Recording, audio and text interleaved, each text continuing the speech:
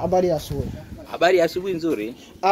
Tumeshuhudia Simba wapo kwenye harakati za hamasa kuhamasisha watu watokeze kwa wingi uwanja Benjamin Mkapa. Kuanzia Jumatano ile mpaka sasa hivi tunapoizungumzia, hamasa bado zinaendelea, na leo tutakuwa maeneo ya Vikindu tukitoka pale uwanja Benjamin Mkapa baada ya plesi. So umeonaje kikosi cha timu yako baada ya mechi 2-3 za hapo nyuma, na unaenda kukabiliana na quality ya hali ya juu ya Petro Atletico ya di Luanda kutoka pale Angola? Ni timu ambayo inaonekana ni tishio, lakini Simba anapokuwa kwenye uwanja Benjamin Mkapa anaonekana kuwa Simba sio Simba yule ambaye amezoeleka, ambaye anacheza ligi ya ndani kutafuta matokeo kwa kusuasua. Anapokuwa kwenye show za mashindano ya kimataifa, Simba mnyama anabadilika kabisa. Tuambie kidogo tu, timu yako unaionaje? Simba Sports Club ina roho mbili. Simba ina roho mbili. Kuna roho ya EPL na kuna roho nyingine ambayo ni ya mashindano makubwa ya kimataifa. Kwa hiyo ukimchukulia Simba wa EPL sio yule. Ukikumbuka si wengine tunaangalia mipira kwamba kuanzia mwaka 74 Simba ile iliyocheza na Mehara wa El Kubra ikafanya miujiza, na Simba ile kwa miaka 79 ilipocheza na Mfurira Wanderers ilifanya miujiza. Kwa hiyo Simba ni timu ya miracles. Ndio maana mimi ni Manchester United na Simba Sports Club kwa sababu ya miracles.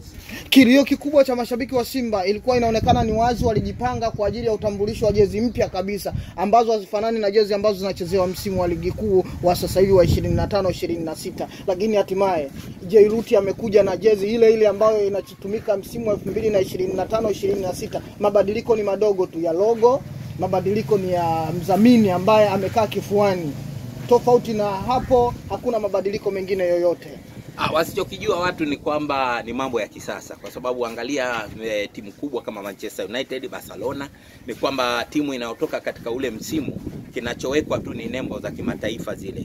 Labda tuseme ile nembo ya UEFA ndio inayowekwa pale, lakini haibadilishwi jezi hata siku moja. Ndio. Simba anakwenda kisasa sasa hivi. Kelele kubwa zimekuwa kwenye nembo ambayo ameweka Yanga na nembo ambayo ameweka Simba, lakini hizi kelele zote haionyeshi kwamba ni wazi kafu amezindua nembo gani, maana hata timu zilizoanza jana kwenye mashindano hazikuonekana zina nembo mpya ya kafu. Nembo mpya, unajua ukisha kuwa timu yako ni ya kisasa, utapata nembo ya kisasa. Simba Sports Club imepata nembo ambayo imetolewa ya kisasa na ndio imewekwa katika jezi letu. Hatujaona Al Hilal ya Sudani ambao wameanza mchezo wa jana kwenye mashindano ya kimataifa pamoja na MC Alger, hatukuwaona wakiwa na nembo ya kafu ambayo ni mpya wala ile ya zamani. Simba ni weredi. Simba ni weredi na wanafanya mambo kisasa. Wanapopata kitu hapo hapo wana update. Ndio. Mtani wenu yuko pale visiwani Zanzibar, yuko na FC FAR Rabat kwa siku ya leo. Watashuka dimbani majira saa 10. Wanaenda kukutana na kigingi kigumu kiasi gani? FC FAR Rabat ni timu kubwa. Ni timu kubwa. Ila sasa sijajua mwalimu wa Yanga ataingia kwa mfumo gani.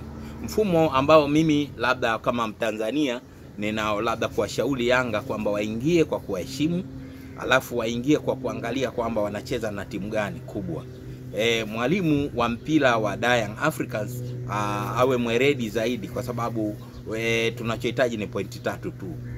Anaweza akacheza mpira wake mzuri akafunga goli moja alafu akaweza kuzuia. Kwa quality ya Yanga hii na Yanga ile ya misimu miwili ama mitatu nyuma, maana Yanga inafananishwa ubora japokuwa imeshuka, lakini inafananishwa na Yanga yenyewe ambayo imepita. Tukizungumzia kwa quality ya Yanga hii na Yanga ile, ulitamani FC FAR Rabat wakutane na Yanga ipi? Yanga iliyopita ya Fiston Kalala Mayele. Ile ndio Yanga ambayo kwa sababu ilikuwa na mchezaji mwenye maamuzi. Lakini hata hivyo Young Africans watu msiwachukulia kwamba underdogs, kwa sababu yupo Pacome Pedro Zuzwa.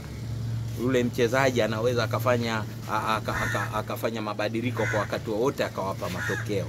Mimi naufahamu mpira na ninauheshimu mpira na nimeucheza mpira.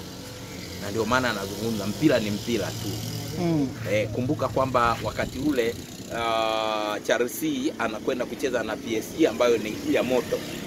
Lakini kilichotumika pale ni mbinu, sio ubora mkubwa wa Chelsea.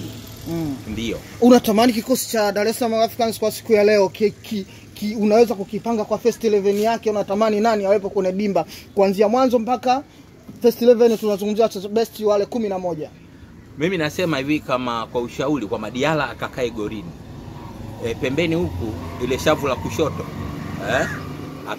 akae yule mkongomani Shadrack Isaka Boka. Isaka Boka, kwa sababu yule ana build up mashambulizi. Huyu keeper wa Young Africans anapo build up mashambulizi anampa yule bwana mdogo Shadrack Isaka Boka. Yeye ana uwezo wa kupanda zaidi na kurudi mapema. Huyu Shabalala ni mzuri wakati timu inaposhambulia, sio mzuri kwa kufanya ile build up na kulinda. Build up yake ni mzuri, sina ubaya, sikatai Shabalala na Dickson Job akiwepo.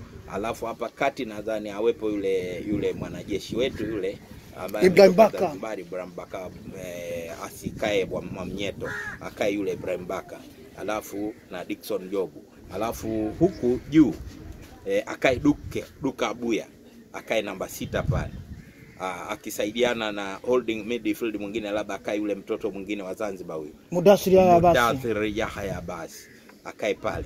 Alafu juu kule wamweke 10 ya kuzunguka, ya kutembea, awepo Pakome, ndio atembee tu, wampe ile azunguke anapotaka yeye. Maana yake 7 akae Zengeli, huyu Pakome atokee 11, lakini awe anacheza sudo 10. Namba 10 yake sasa hapo nani? Sudo 10. Namba 10 yake 10 hapa asimame mtu wa kawaida, Dumbia Mohamed. Maana ukisikia Mamadou, Mamadou maana yake Mohamed. Moso maana yake Musa. Unaziona ngapi kwenye kikosi ambacho ulichokitaja hapo? Mimi ninachotaka tu wakafanye watumie zile flanks zao za pembeni, wafanye mipira yao ya haraka, wa place kwa haraka, watafute goli za mapema. Ndio hicho ninachoshauri. Mnyama Simba kesho unamuona anashinda goli ngapi? Maana anakutana na Kigingi.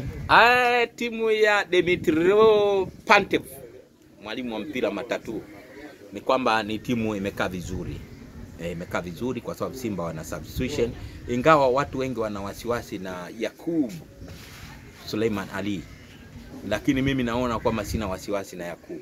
Wakiangalia makosa yaliyopita kwa timu ya taifa ni kwamba yalisababishwa na backline ya timu ya taifa. Kwa hiyo wale walifanya poor marking, wakasababisha kuonekana udhaifu kwa Yakub. Kwa hiyo Yakub na Simba wasio na wasiwasi naye, ni kipa mzuri na atacheza vizuri zaidi. Shukrani sana. Asante.